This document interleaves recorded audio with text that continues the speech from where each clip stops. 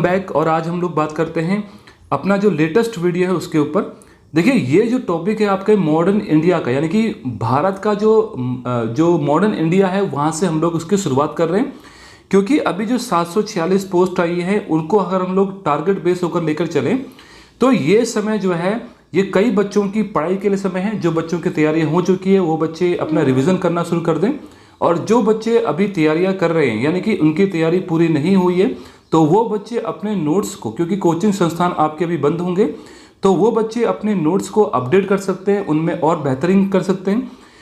तो हम लोग बात करते हैं मॉडर्न इंडिया की। और क्यों हम लोग मॉडर्न इंडिया की बात करते हैं? क्योंकि सबसे ज़्यादा जो क्वेश्चन आते हैं वो मॉडर्न इंडिया से आते हैं हिस्ट्री के पार्ट में।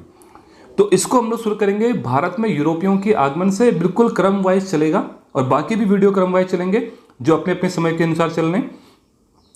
देखिए, भारत में जो यूरोपियों का आगमन था उसको हम लोग समझते हुए चलते हैं। देखिए, भारत और यूरोपियों के संबंध जो है वो काफ़ी समय से काफ़ी बेहतरीन थे, यानी कि हमारे व्यापारिक संबंध यूरोपियों के साथ प्राचीन समय से थे। अगर बात करूँ सिकंदर का जब भारत में आगमन हुआ था, उसके बाद मेगास्थनीज और जो मौर्य काल था उसके साथ भी संबंध इनके काफ़ी बेहतर बने थे।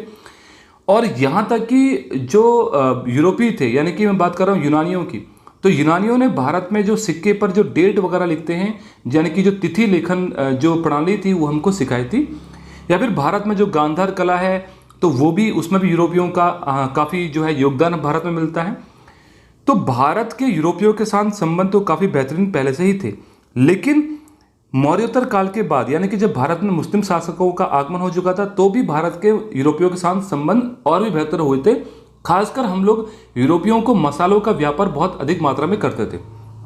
उसका एक कारण यह है कि जो यूरोप है, यूरोप काफ़ी ठंडा प्रदेश है और वहाँ पर मसालों की सख्त आवश्यकता होती है, क्योंकि जो मसाले हैं वो मसालों से जो है वो गर्मी वगैरह मिलती है। अगर मसालों को अगर खाने पर डाल दिया जाए तो उससे भी गर्मी प्रदान होती है। खासकर काली मिर्च भी जो है वो ठंडियों में एक गर्म शरीर पे लाती है, सर्दियों में जो है शरीर को गर्म करती है, तो इसके लिए भी काफ़ी यूज़ होता था। एक और चीज़ थी कि जो यूरोप है, यूरोप में जो मांस है उस मांस को लंबे समय तक प्रिजर्व करने के लिए भी उसके ऊपर वो मसालों का लेप लगाना शुरू करने लगे।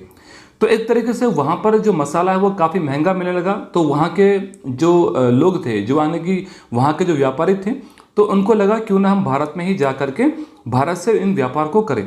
तो कौन कौन से रास्ते जो थे जहाँ से इनका व्यापार होता था उसको हम लोग समझते हुए चलते हैं।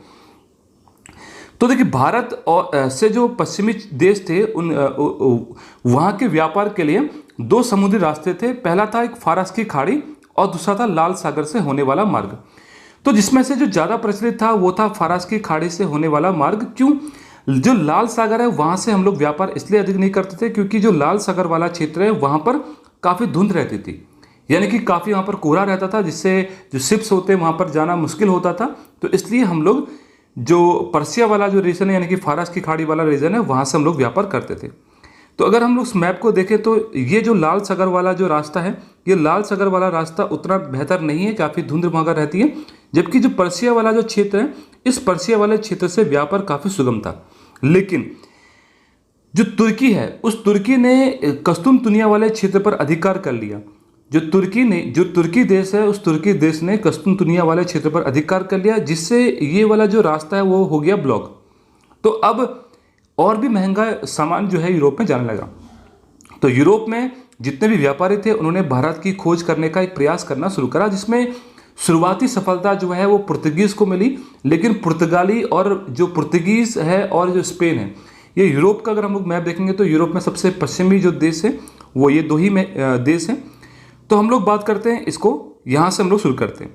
तो 1453 में जो तुर्क था उसने कस्तुनतुनिया पर अधिकार कर लिया, हम लोग उसको देख सकते हैं। तो जो यूरोप से जो आने वाला जो मार्ग था, यूरोप से जो जाने वाला मार्ग था वो अवरुद्ध हो गया था। फलस्वरूप कोलंबस जो था वो भारत की खोज को निकला।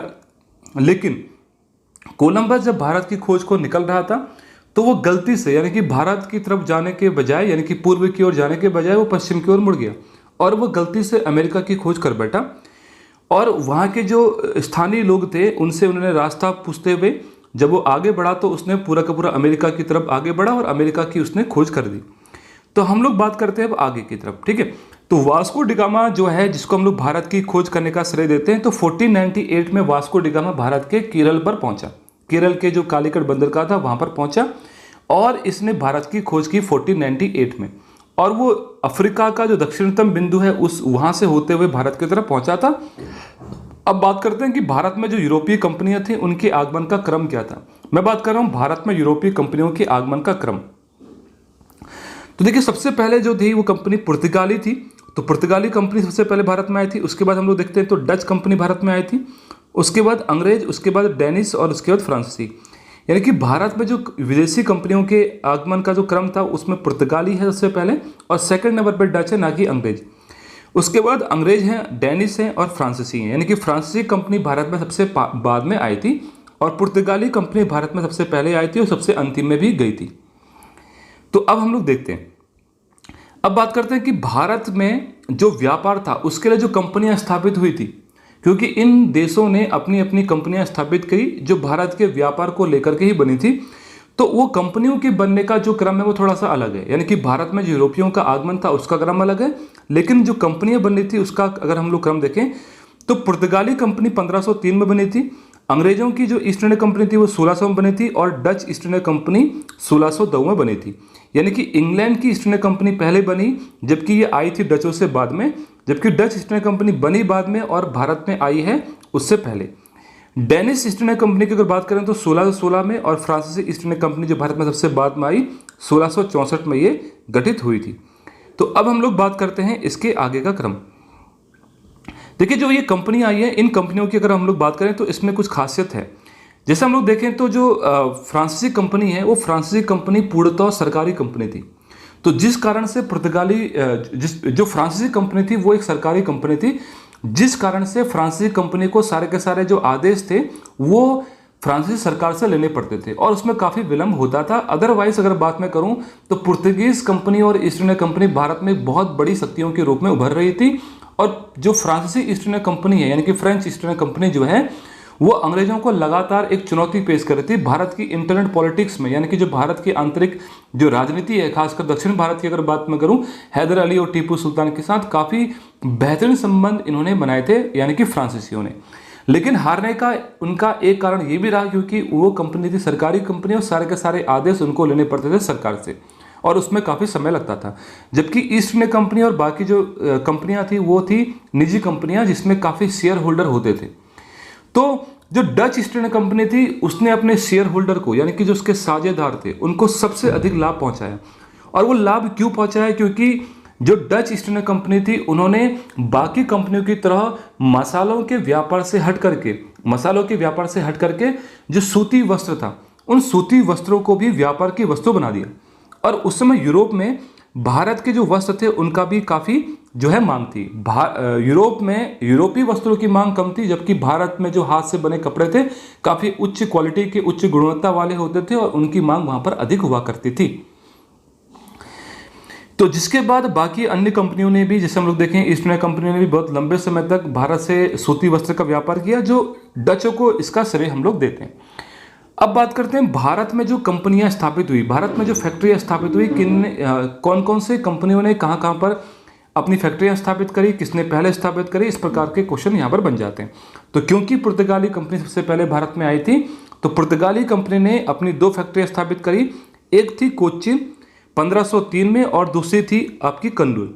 तो कन्नूर 1505 में और कोचीन 1503 पे, यानी कि दक्षिण भारत में अपनी 2 फैक्ट्रियां स्थापित कर दी भारत में सर्वप्रथम। हालांकि उसके बाद ये काफ़ी क्षेत्र को जीतते हुए चले, चाहे सोलिसिट हो, चाहे आपका गुजरात का तटवर्ती क्षेत्र हो, सूरत वाला क्षेत्र हो, इन क्षेत्रों में भी वो आगे बढ़ने की कोशिश करते हैं। लेकिन शुरुआती जो फैक्ट्री स्थापित हुई थी 1503 पे कोचीन में और उसके बाद 1505 में कन्नूर पे।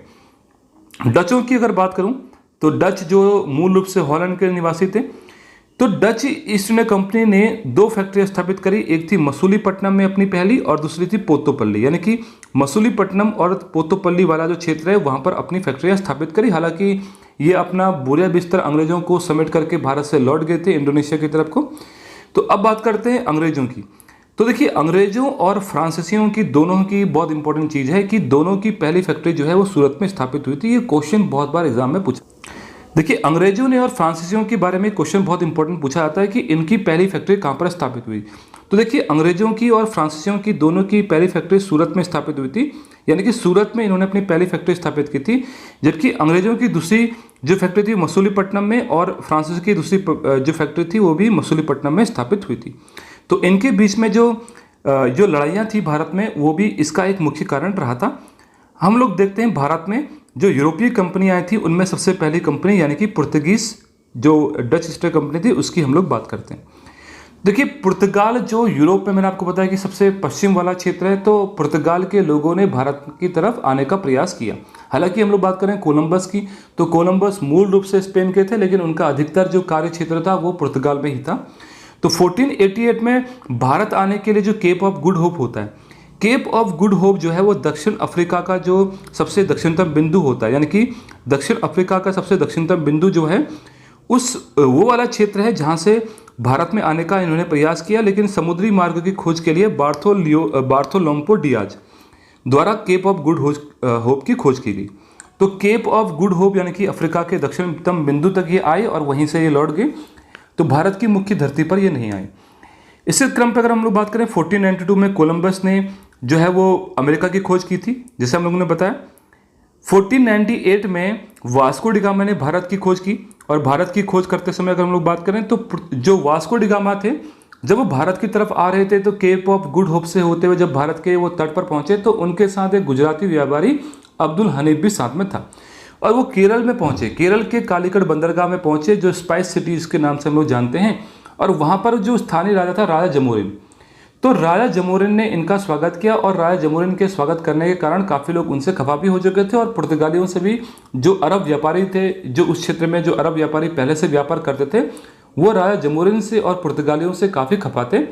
लेकिन पुर्तगालियों की अगर बात करूँ तो पुर्तगालियों का ज़्यादा ध्यान वो ईसाई धर्म के कन्वर्जन में ज़्यादा ध्यान था, जबकि ये जो पुर्तगाली कंपनी है इन्होंने व्यापारिक काम कम किया। तो प्रथम पुर्तगाली यात्री यानी कि वास्को डी गामा 17 मई 1498 को भारत में पहुंचा। गुजरात व्यापारी अब्दुल मजीद हमीद के साथ ये भारत में पहुंचा था और कालीकट पहुंचा था, मैंने आपको बताया था। वास्को डी गामा का स्वागत जो है वो तत्कालीन जो शासक थे जमोरिन ने उन्होंने किया था कालीकट पे, ठीक है, यानी कि केरल का जो कप्पगडावु बंदरगाह पड़ता है वहाँ पर जो कालीकट क्षेत्र है वहाँ के शासक थे जमोरिन, और उन्होंने वास्को डी गामा का स्वागत किया था। वास्को डी गामा जब भारत में आया तो वास्को डी गामा ने 60 गुना लाभ प्राप्त किया, यानी कि जब वो यूरोप में गया तो उसको कुल मुनाफा हुआ 60 गुना। उसने भारतीय मसालों के साथ साथ वस्त्र और जो जड़ी बूटियाँ थी उनका व्यापार करना शुरू करा। हालांकि 1502 में वो पुनः वास्को डी गामा जो है वो कालीकट में पहुंचा था।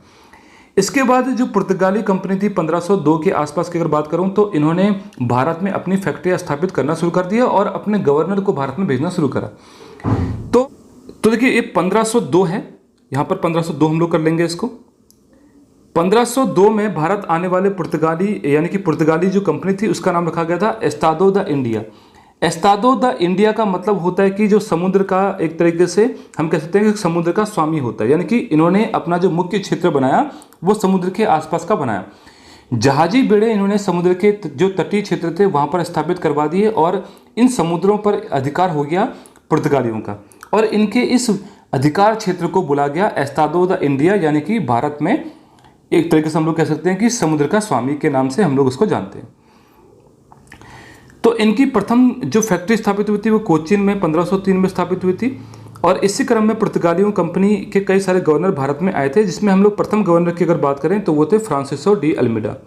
फ्रांसिसो डी अल्मीडा इसलिए इंपॉर्टेंट है क्योंकि जब ये भारत में आए थे तो इन्होंने एक पॉलिसी भारत में अपनाई थी, उसका हम लोग कहते हैं ब्लू वाटर पॉलिसी, यानी कि शांत जल की नीति, जो क्वेश्चन पीसीएस में हमारा पूछ चुका है, उत्तराखंड पीसीएस में क्वेश्चन पूछ चुका है। तो ब्लू वाटर पॉलिसी का मतलब है कि शांत जल की नीति, यानी कि समुद्रों पर जो अधिकार होगा वो पुर्तगालियों का होगा और समुद्र की जो नीतियां बनाएंगे वो पुर्तगाली ही बनाएंगे, इस प्रकार की नीति ये थी। तो अगर हम लोग बात करें अल्मीडा के बाद जो अगला पुर्तगाली गवर्नर भारत में आया था उसका नाम था अल्बुकर्क। तो अल्बुकर्क जो भारत में आया उसको हम लोग कहते हैं कि भारत में पुर्तगाली शक्ति का वास्तविक संस्थापक। ऐसा हम लोग इसलिए बोलते हैं क्योंकि जो अल्बुकर्क था उसने पुर्तगाली शक्ति को भारत में मजबूत करने के लिए एक मिक्स्ड विवाह प्रणाली शुरू की, यानी कि जो यूरोप में जो पुर्तगाली थे, यानी कि जो निम्न स्तर के जो पुर्तगाली थे, जो गरीब पुर्तगाली थे, उनको भारत में ला करके भारतीय महिलाओं के साथ विवाह के लिए उनको प्रेरित किया।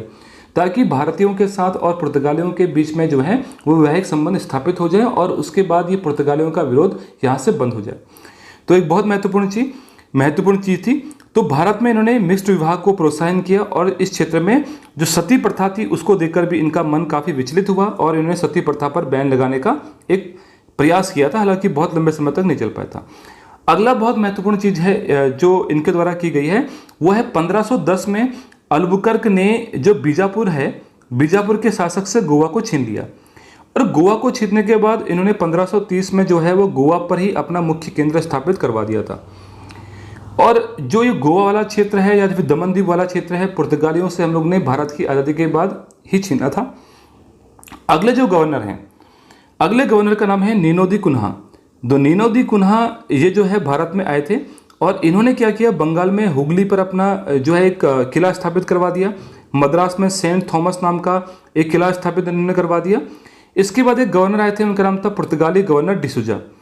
तो पुर्तगाली गवर्नर जो डिसूजा थे उनके समय में प्रसिद्ध संत यानी कि जो ईसाई धर्म के प्रसिद्ध संत थे उनका नाम था जेवियर, वो भारत में आए थे और इन्होंने जो है वो भारत के जो राजा थे, जो भारत के स्थानीय राजा थे, खासकर अगर मैं बात करूँ जहांगीर की, तो उनको ईसाई धर्म में परिवर्तित करने के काफ़ी प्रयास किए।